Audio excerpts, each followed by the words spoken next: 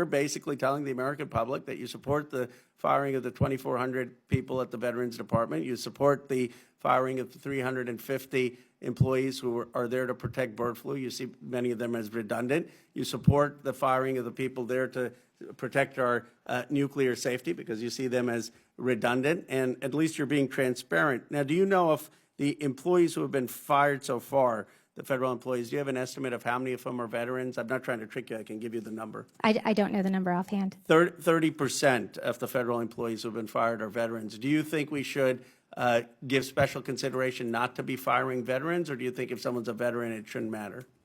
I think that for anyone in the federal government that has lost their job, that there are lots of opportunities in the private sector. Do you think there should be special protection or special consideration not to fire veterans, people who've gone to Iraq, Afghanistan, worn our uniform? Or do you think they should be treated like anyone else? I think that anyone working in the federal government should be treated equally. Again, Well, we just disagree. My view is that if someone has been a veteran who served our uniform, I think that just like we have certain programs to help them get jobs, I think we should take extra care to make sure that we're not firing them. Have you heard of the Valentine's Day massacre?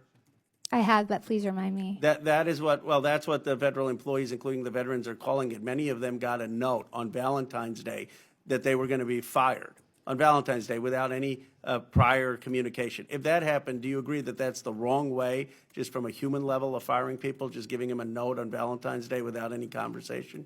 I think there's a lot of people on Valentine's Day that struggle to make ends meet because this administration and the last administration overly focused on hiring and expanding the federal government. So you're fine with people getting a note on Valentine's Day, all of them telling them that they're fired? I think when it makes sense for them to get some notice, I mean, I think there's all sorts of ways to develop sob stories for people who have been on the receiving end of an overgrown, overbloated federal government, but you don't think about all of the rest of the people in the country that have been struggling to make ends meet because when you overemphasize the growth of the federal government, you deterred the development and opportunities in the private sector. I encourage you to listen to some of these stories because they were doing incredibly important work.